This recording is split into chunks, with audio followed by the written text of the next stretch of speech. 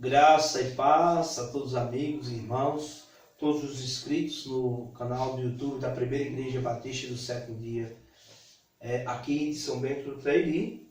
Nós estamos aí fazendo uma série de comentários, de uma lição que nós consideramos assim, bastante significativa para a nossa igreja, mas não só para a nossa igreja, mas para a maioria das igrejas que tentam se organizar, porque nós estamos pensando nesse tema, a igreja e sua organização nos dias atuais. E aqui nós estamos falando de alguns ministérios, a importância de algumas funções dentro do contexto eclesiástico.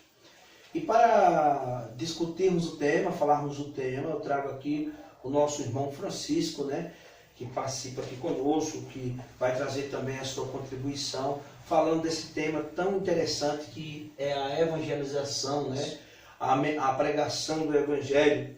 E é interessante que o autor da lição aqui intitulou Pés Formosos, para falar desse ministério. E eu já começo analisando com o irmão Francisco essa expressão, porque essa expressão é dita lá em Isaías, capítulo 52, verso 7, quando diz assim: quão formosos são sobre os montes os pés do que anunciam as boas novas, que faz ouvir a paz, que anuncia coisas boas, que faz ouvir a salvação, que diz a Sião, o seu Deus reina. Que verso lindo, não é mesmo?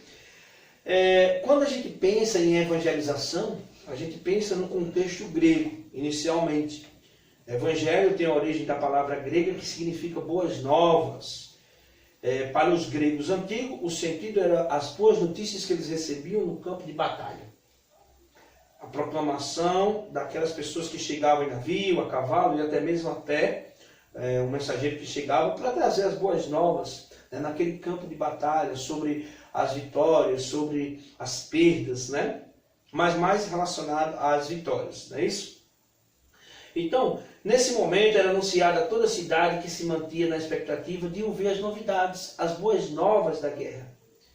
Tal mensageiro era chamado de Evangelos, que significa mensageiro sagrado, portador das boas novas. Bem, nesse contexto histórico dos gregos antigos, nós também podemos associar a cultura hebraica e judaica também, porque nos campos de batalha, irmão Francisco, eles também tinham esse princípio de alguém, de um portador, de um mensageiro que trazia as boas novas, novidades da guerra, não é mesmo? Perfeitamente. Era uma tarefa muito importante, e uma responsabilidade tremenda, você ser um mensageiro diante do campo de batalha, você levar a mensagem, o resultado daquela batalha, ou a novidade, que no caso, como você acabou de mencionar aqui, essas boas novas seriam as notícias, as novidades, seria a mensagem, a novidade que as pessoas estavam esperando, Então essa mensagem é levada para o próprio rei. O rei estava aguardando o resultado daquela batalha, e o seu general lá na guerra enviava um mensageiro para que o rei tomasse conhecimento do resultado daquela batalha. E é nesse contexto, Francisco, que é escrito esse verso de Isaías, Quão formosos são os pés que anunciam as boas novas. Desses que vêm do campo de batalha, desse mensageiro que anuncia as boas novas, que faz ouvir a paz, que anuncia coisas boas, que faz ouvir da salvação e que diz a Sião, o seu Deus reina. E quando a gente pensa nesse verso aqui, a gente pensa no contexto imediato e que Isaías está falando assim da situação do povo de Israel, que estava cativeiro em Babilônia, e que a partir de então eles passaram a ouvir aqueles que tinham os pés formosos, aqueles que talvez caminhavam para o deserto, porque quando foi permitido um retorno de algumas israelitas, de Babilônia para Israel, que tinham que vir pelo deserto, eles tinham que trazer as boas notícias e dizer tanto ao povo que estava em Jerusalém que o povo de Deus estava voltando de Babilônia, como dizer a Babilônia que Jerusalém estava sendo reconstruída e que o Senhor estava preparando um lugar para reinar. Então, eram formosos os pés. Irmão Francisco, interessante, antes de você fazer uma análise aí sobre isso, de que quando a gente pensa no Evangelho, a gente pensa no Evangelho do Senhor Jesus Cristo, porque são as boas novas da salvação.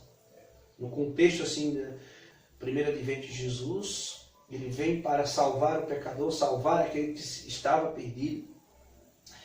E a gente sabe que no Velho Testamento tem esse contexto de salvação nesse sentido, de salvação de remir, né? Mas mais de salvação do povo de Deus ser salvo do seu cativeiro, né? Ser livre, não é isso? Mas como é que nós podemos entender esse contexto de boas novas no Velho Testamento? Bem, Giovanni, vendo o cenário aí que foi escrito a questão das boas novas, o povo de Israel ele teve uma cisão, né, após o reinado do rei Salomão em 2 reinos, né? Então, na verdade, ficou dividido entre o reino do norte e o reino do sul. E esse reino, um deles, ficou conhecido como posteriormente somente como Judá, como judeus, e o outro foi o reino de Israel. Então foi após esse reinado do filho de Salomão que teve essa cisão. E aí nós temos aí historicamente um cativeiro dos assírios.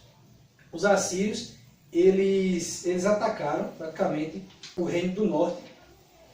E alguns historiadores, eles afirmam que esse cativeiro dos assírios, apesar que pouca gente tem conhecimento sobre o cativeiro dos assírios, foi um dos piores cativeiros que esse povo passou. Você sabe por quê? Quem sofreu mais foi o povo do norte, não é isso?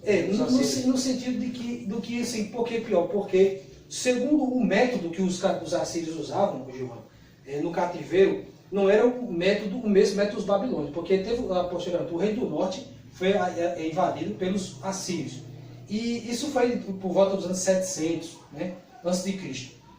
E os babilônios, por volta dos anos 600 até os anos 500, foi 3 ataques que os babilônios fizeram, eles atacaram o reino do sul, né? Então o método de cativeiro de cada um deles é diferente. E os assírios usavam um método, Giovanni, muito terrível. Qual era a diferença do método dos assírios? Era que nesse ataque que os assírios faziam ao povo de Israel, foi exatamente para desculturalizar o povo de Israel. Pegariam o povo, desculturalizavam eles, tirando questão das crenças, dispersando eles, fazendo com que eles pudessem assimilar a cultura deles e abandonar a cultura própria. Até o seu próprio Deus, né? Perfeitamente. Então eles faziam tudo para isso. Adotar o politeísmo. Isso. E nesse cativo a dispersão foram espalhadas. Né? Então isso foi muito prejudicial para o povo de Israel nesse sentido. Tentar tirar aquela cultura do Deus que eles acreditavam. Então foi muito terrível para isso. Já os babilônios, apesar que teve um reinado pesado, forte, o Nabucodonosor e seus descendentes, houve uma espécie de concordância ali dentro do próprio rei da Babilônia e que eles poderiam exercer a sua fé. Então, veja que interessante, né? E aí, a gente vê nas próprias histórias de Daniel, né? Perfeitamente. Você é uma prefiguração disso. Agora, interessante diante de momentos tão terríveis, né, dentro da história de Israel, eles poderiam anunciar, olha, estamos conquistando a nossa liberdade. Né? Então, quem era esse mensageiro? Esse mensageiro sagrado, esse portador de boas novas. Então, esse mensageiro, em Isaías, ele chama de alguém que tem os pés formosos. E aí a gente traz para o Novo Testamento, e aí a gente já pensa no contexto de evangelização, que a partir de Atos dos Apóstolos, quando Cristo, primeiro ele comenciona lá em Mateus, mas chega em Atos, ele diz, agora vocês têm que pregar, né? A toda tribo, nação, povo, né? Aqui primeiro em Jerusalém, depois em Cesareia, depois em toda a Judéia, até os confins do mundo. Então, a gente entende num primeiro momento, no Velho Testamento, que as boas novas, o evangelho, né, podemos dizer assim, era dado dentro daquele contexto da própria cultura, da própria história de Israel. Mas aqui ele não se limitava a uma questão geográfica mais, mas eles teriam que ultrapassar esses limites geográficos. E aí eu vou entrar noutra questão, falando um pouquinho sobre esse início aí, com os apóstolos, com os discípulos. Os discípulos, Francisco, os apóstolos não eram homens de igrejas distantes. No meio daquele povo existiam pescadores, tem uns mais especializados, médicos assim, outros cobradores de impostos.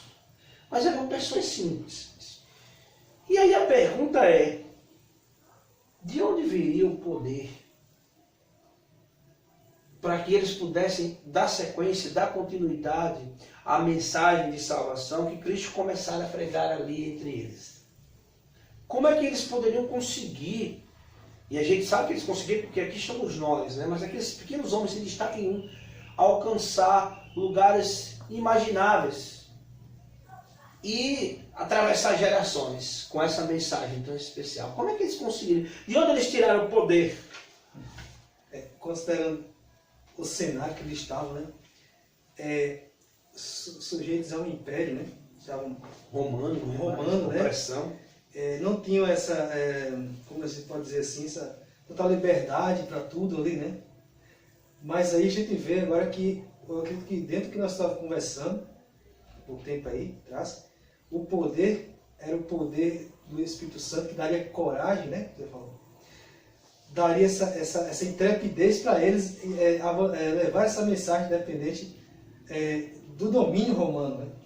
Ter coragem de enfrentar, coragem de enfrentar o domínio romano para pregar o evangelho. Francisco, e uma coisa interessante, porque quando a gente olha, quando aquele verso que Jesus darei poder, né, pisarás da serpente, a gente entende apenas poder no sentido de fazer milagres, ressuscitar, também, mas o poder aí, principalmente tem a ver com a coragem de testemunhar, principalmente no contexto que você vem falando, de opressão, de perseguição, não é?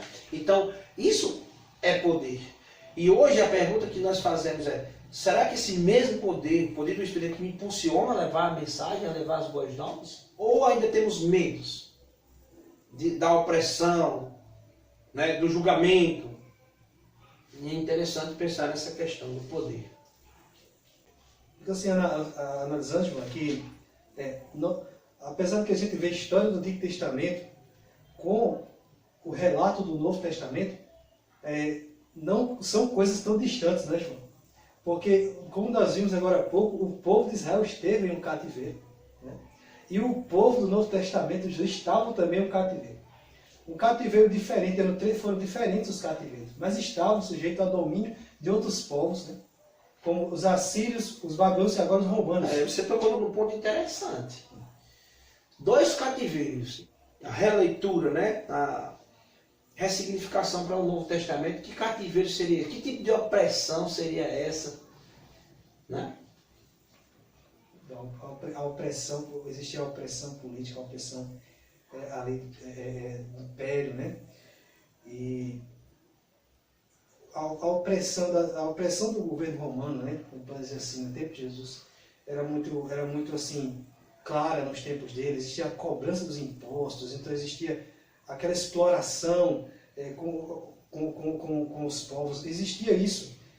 Isso era claro, era nítido no tempo de Jesus, né? Era muito nítido.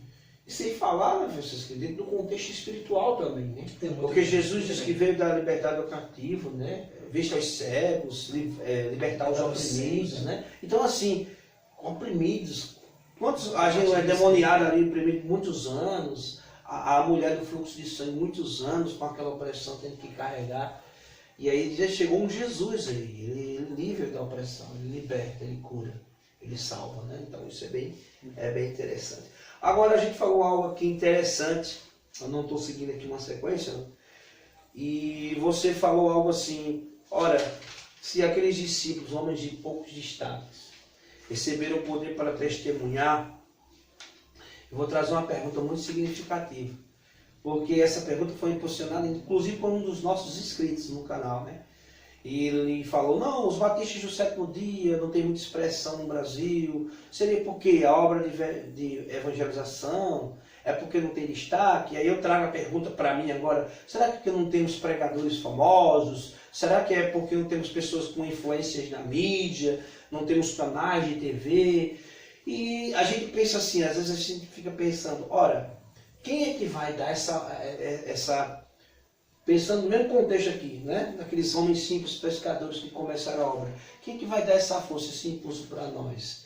Então, assim, eu pergunto a você, Francisco, nós devemos nos intimidar em relação a isso? Primeiro a gente tem que pensar, essa obra não é nossa. Sendo que essa obra não é nossa, qual deve ser nossa postura? Já que aparentemente temos pouca expressão, não conseguimos avançar. Então, devemos nos intimidar em relação a isso? Com certeza, Giovana, é claro que a resposta à sua pergunta é um claro não, né? Então, eu sou do parecer, Giovana, de que é o seguinte, dentro da nossa conversa agora, você está falando, e dentro dessa sua pergunta, a pergunta que o amigo fez, né? E essa é muito importante isso aí, é que o seguinte, as pessoas elas se iludem muito com a mídia, com a posição, com quem está à frente. Geralmente as pessoas imaginam que quem geralmente está à frente os representa. Né? Quem sempre está em destaque na sociedade são aqueles que mais representam as minorias e maiorias em geral. Mas aí eu vou só voltar um ponto. Na época do Império Romano, na época de Cristo, se a gente pensar nos discípulos ali, eles eram o que representavam? Não, eram os iletrados, eram os pescadores, eram os pobres, eram um paralítico ali que Jesus curou, uma mulher do fluxo de sangue, né? Pessoas essas praticamente esquecidas, não estavam à frente da mídia da época, né, João? Então, eram pouco representadas. E eu gosto de um versículo muito interessante, João, que diz o seguinte, veja bem, dentro da resposta à sua pergunta que você fez, não fugiu da sua pergunta, usando as palavras de Jesus, disse, graças te dou, ó Pai, porque ocultaste estas coisas aos sábios instruídos e as revelaste aos pequeninos, aos humildes e pequeninos. Eu sou sem canal, sem olho nos seguidores. Pequeninos. Né? Então, eu acho que o Evangelho ele é muito mal compreendido por algumas pessoas. Porque nós somos do fascínio, muitas vezes as pessoas falam do fascínio das massas excessivas, das pessoas dos grandes status da sociedade. Eu não estou criticando pessoas que são destacadas nesse sentido, quer que seja bem entendido isso. Que até existem pessoas respeitáveis na sociedade. Mas estou falando que nem todos os que estão à frente representam, muitas vezes nem representam os cristãos. Porque as mensagens distorcidas do Evangelho, muitas vezes... E acaba sendo levado são a sério como um mensageiro do Evangelho, sendo que nada tem a ver com o Evangelho. Nada tem a ver. Muitas vezes mensagens exclusivistas, né? Mensagens excludentes, excluem minorias, né? Elas são seletivas, ou seja, são mensagens que elas priorizam determinados grupos em detenção dos demais. Então, assim, você vê que a mensagem do Evangelho é muito mal apresentada, porque nós vemos um Cristo pregando uma mensagem universal para todos os povos, um Cristo que quer ampliar os horizontes da mensagem. Então, eu não acho que o Evangelho seja bem apresentado dessa maneira. Então, quando se fala que a Igreja Batista do Sétimo Dia, como você falou aí, o amigo falou, ela tem uma história, né? Eu conversava muito com você sempre fala muito questão de história, mas você só conhece a história quando você a procura pesquisar. Se você é daquele que vai pelo ouvir apenas de alguém, muitas vezes que superficialmente analisa algo, é preferível que você investigue e pesquise, porque hoje você tem muitas fontes para você conhecer, né, João? A história, de onde veio a igreja, como surgiu, né? Por exemplo, a história dos batistas, a história dos batistas, chegamos nos batistas do sétimo dia, né? Qual a contribuição dos batistas do sétimo dia tiveram para o Evangelho? Um exemplo claro disso, a gente vê pessoas de outras denominações religiosas destacadas aí, falando claramente da importância da contribuição dos batistas do sétimo dia para o surgimento de outras igrejas que guardam o sétimo dia. É interessante pensar nisso, né, João? Veja, questão de analisar, estudar, muito importante. Uma coisa interessante nessa nossa fala, né, aqui nesse momento, a conclusão, é que essa obra não é nossa. Não é nossa. Essa obra é do Espírito Santo. E um detalhe, aqueles que nos assistem agora, que estão interessados em conhecer os batistas do sétimo dia, e falando um pouquinho sobre a obra de evangelização, anotem bem isso aí. Essa frase deve ser printada, deve ser anotada aí no seu caderninho. Nós não acreditamos que a obra de evangelização é de uma igreja ou de um grupo ou de um movimento religioso, e sim de toda a cristandade. Então, a gente está até debatendo anteriormente aqui, né, Francisco? Quem chegará primeiro? Uma questão de quem chega primeiro, né? Então, quem vai chegar primeiro não importa. O importante é que o Cristo Salvador seja anunciado. Né? Se existem alguns pontos de divergência, se eu aprendo que o sábado é um mandamento do Senhor e eu desejo guardar, e na minha cidade não tem uma igreja que guarda o sábado, mas eu desejo então guardar o sábado, então eu quero conhecer como seriam esses batistas do sétimo dia, Deus abençoe, você vai conhecer a mensagem por meio dos batistas do sétimo dia. mas isso significa que você não vai deixar de conhecer o Jesus, de se relacionar com Ele, de não ter uma comunhão com Ele, porque você está esperando uma igreja que seja, vou colocar entre aspas, verdadeira, né? Para dizer, não, eu só vou para essa igreja para poder garantir eu ter o meu passaporte para o céu. Igreja nenhuma garante isso. Jesus já diz, eu sou o caminho, a verdade e a vida, ninguém vem ao Pai senão por mim, né? Agora, uma coisa que eu gostaria de chamar a atenção é que não é que com isso a gente está relaxando, que alguém pode pensar. Então eles ficam lá na dele. E também, se você é um batista do século dia que nos assiste agora, então se a obra da evangelização vai chegar por qualquer igreja, eu vou me acomodar, né? Sentar no sofá, vou assistir minha TV, maratonar minhas séries, e aí pronto. É isso? Não estou dizendo isso não. A gente quer alcançar mais pessoas o possível. Esse canal do YouTube é um canal de bênção para chegar até você também. A gente quer alcançar com uma pregação e de várias outras maneiras. Mas a gente vai fazer o que está em nossos limites. Mas nós queremos ensinar alguns pontos que são fundamentais na obra de evangelização e que não só a Igreja Batista do Século Dia, mas qualquer igreja que deseja anunciar o nome do Senhor, levar as boas novas e organizar o seu ministério de evangelização, deve ter. A primeira coisa, Francisco, é a oração. E outra coisa, ela não pode ser eventual, ela tem que ter momentos, né? Ela não é só em momentos de crise, ela tem que ser momentos sistemáticos dentro da própria igreja, ter ministério de oração, que possa orar pelos missionários, pelos projetos missionários da igreja. Outra coisa, o discipulado. Uma coisa que é interessante, Jesus não começou pelas massas. Quem vai alcançar as massas é Pedro, lá em Atos. 3.000 pessoas, assim, 3.000 homens, não? Mas ali, se a gente for fazer o cálculo, dá muito mais, porque tem crianças e mulheres. Mas Cristo se relacionou apenas com 12, ele discipulou 12. Os discípulos aqui continuaram. Se você não é um discipulador, um líder discipulador, como é que você vai pensar no futuro de sua igreja? Quem é que vai continuar essa obra? Se só você faz as coisas, se você não delega, se você não ensina, é importante. Outra coisa, plantar a igreja. A gente não pode morrer sem ter um filho, né? Sem escrever um livro e sem plantar uma árvore. Pense na sua árvorezinha como uma igreja. Coloque no seu coração. Agora eu falei diretamente dos batistas do século dia. Olha, a obra Batista do século dia é tão pouco conhecida. Se você é um batista do século dia, coloque um sonho na sua cabeça. Eu vou deixar uma igreja, eu vou plantar uma igreja, né? Em algum local, alguma cidade, alguma vila, que seja também seu propósito. E se você não é batista, está na hora de se tornar, né? Porque as pessoas dizem assim, a obra não cresce, porque a pessoa está olhando para alguém que pregue, né? Mas eu posso ser esse pregador, porque eu vejo muita gente defendendo as mensagens dos batistas do século dia, mas não tem coragem de se comprometer. Sim. Então se comprometa com a obra de Deus, né? Formar líderes é outra dica importante dentro da sua igreja, fazer treinamentos, orientar, né? Tanto questão teológica como mesmo questões práticas, né? De como abordar as pessoas. Tem pessoas que abordam muito mal. Já chega, por exemplo, né, irmão Francisco? Olha, você vai para o inferno se você não aceitar. Então a gente tem que ver qual é a melhor forma de abordar. Tem estratégias, o próprio Cristo ensinou várias delas, não é isso? Então é isso. Eu gostaria, irmão Francisco, que o irmão assim, encerrasse assim, essa lição, porque para não ficar tão extenso, para que nossos inscritos possam assim, aproveitar bastante a nossa discussão, né, e poder compartilhar e outras pessoas serem abençoadas. Eu gostaria que fechasse aqui esse momento assim, da obra da evangelização, da importância dessa obra, desse ministério dentro da igreja. E por que você considera tão importante esse ministério?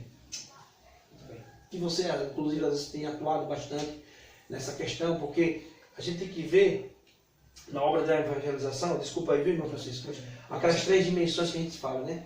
A física, porque quem é que vai... Jesus se alimentava multidões para poder fazer as pregações dele, quem é que vai ouvir a palavra com fome, né? E aí a gente vê a mental, cuidar da mente, do coração. E por fim, espiritual, levar a Cristo, né? O homem oprimido pelo pecado. Você falou o tipo da opressão romana. Jesus, ele preocupava também com as questões da sua época, da sua sociedade, da opressão de Roma. Mas também ele se preocupava com a opressão espiritual. Então, essas três dimensões têm que ser atendidas. Então, eu gostaria que você falasse um pouquinho, você que gosta dessa área. A gente até abordou outro tema que vocês podem ver no canal depois, sobre um outro ministério na igreja, que é a assistência aos necessitados, né? A questão da assistência social da igreja, que é uma parte que também faz parte da evangelização. Então, eu queria que o irmão fechasse com essa questão da importância da evangelização na igreja. Então, primeiro, agradecer ao convite aqui feito, viu? Muito obrigado. Daqui da Igreja Batista Sétimo Dia, aqui de São Bento do Traí. Agradecer a você que tem acompanhado e acompanha os vídeos aqui no canal, que compartilhe com seus amigos, vá, certo? Divulgando. Se você gostou, por favor, curta o conteúdo aqui do canal, no canal da Igreja Batista Sétimo Dia. O que eu posso falar aqui, com últimas palavras, é que o Evangelho ele é um Evangelho da libertação, né? Ele liberta. O liberta do cativeiro, sei que eu vou falar a questão do cativeiro espiritual. E, Gilvan, o cativeiro, eu acredito que hoje a sociedade está no cativeiro, Gilvan. Um cativeiro também, Gilvan. Esse cativeiro, poucas pessoas o percebem, certo? E muitas vezes as pessoas se acham livres, as pessoas se acham libertas, né? Mas muitas vezes as pessoas pregam que o Evangelho liberta, mas na prática isso não funciona nos seus movimentos religiosos, não funciona no ambiente religioso inserido, onde é inserido algumas mensagens assim. E muitas vezes as pessoas não têm liberdade para poder expressar seu ponto de vista, né? Porque se muitas vezes ela expressa, ela pode ser excomungada da sua denominação, né? Porque está indo contra princípios que a igreja tem, que muitas vezes você tem alguma dúvida, uma pergunta. Mas a gente sabe que o Evangelho ele não é o Evangelho da liberdade assim, somente a você dúvidas, né? Ele dá liberdade porque ele apresenta-se como a verdade, né? Ele vai libertar você da sua consciência cativa desse mundo. Muitas vezes você está se sentindo opresso, sufocado, né? Isso acontecia na Idade Medieval, porque muitas vezes foi isso que incentivou muitas vezes a reforma protestante, né? Quando o Novo Testamento foi lido por Martinho Lutero, vamos trazer positivo dele nesse sentido aí. Martinho Lutero não tinha lido ainda as Escrituras, foi encaminhado por um tutor dele para ir para Roma, ler o Evangelho, e lá ele consegue descobrir o verdadeiro horizonte do Evangelho. Eu acho que, João, o Evangelho hoje ele tem que alcançar o coração, na parte talvez abstrata, o coração da pessoa, né, na mente, para libertar desse cativeiro, que hoje existe esse cativeiro, né? Há pessoas que estão na igreja ou igreja hoje, mas se sentem sufocadas, elas não experimentaram a verdadeira libertação do Evangelho, precisam dessa libertação, conhecê-lo, não por palavra humana, mas pela própria Bíblia, tal qual está dizendo o próprio Jesus. E aí, Gilvan, essas pessoas tornam libertadoras dos cativeiros, Gilvan. Amém, Gilvan. Essas pessoas serão os libertos que libertarão Gostei outras dessa pessoas do expressão. cativeiro. Serão os evangelistas do tempo atual. Serão os homens e mulheres do tempo moderno. E farão a obra por amor. Por amor. Não por obrigação, porque alguém, quando a gente convida para se engajar, se envolver em algum, digamos assim, programa de evangelização, pessoas muitas vezes nas igrejas vão obrigadas a entregar um folheto, ou ir num carro de som, ou fazer uma visitação, porque tem que ir, porque o pastor disse que fosse. E essa não deve ser a verdadeira motivação. Eu li essa semana, foi até o pastor Paulo que postou nas suas redes sociais, ele disse uma coisa que eu achei interessante. Ele diz assim que a maior evidência de um egoísmo é alguém que recebe o Evangelho e guarda para si. Não quer repartir com o outro. Então, quando eu sou salvo, a gente vê muitos personagens na Bíblia, né, quando eram curados, Jesus dizia, não diga a ninguém, ele saía dizendo, porque não se aguenta. É isso que você falou, é um que foi livre, né, foi liberto e vai querer levar essa liberdade para outros. Então, ele é contagiado, e isso chama-se, ser contagiado dessa maneira, é porque ele foi contagiado pelo amor de Deus e é movido por esse mesmo amor. Eu costumo dizer assim, né? Eu lembro sempre dos braços da cruz, né? Você é contagiado pelo amor de Deus, que desce em direção a você, mas que você estende, lembrando dos braços da cruz, em direção ao próximo. Essa é a grande obra da evangelização, né? Amém. Então, a gente vai terminando por aqui, agradecendo a sua participação, deixando o nosso abraço a todos, dê o seu like aí, se inscreva no canal, compartilhe, e obrigado muito, de verdade, por participar conosco desse momento, né? Amém. Glória a Deus, né? Deus seja louvado. Amém.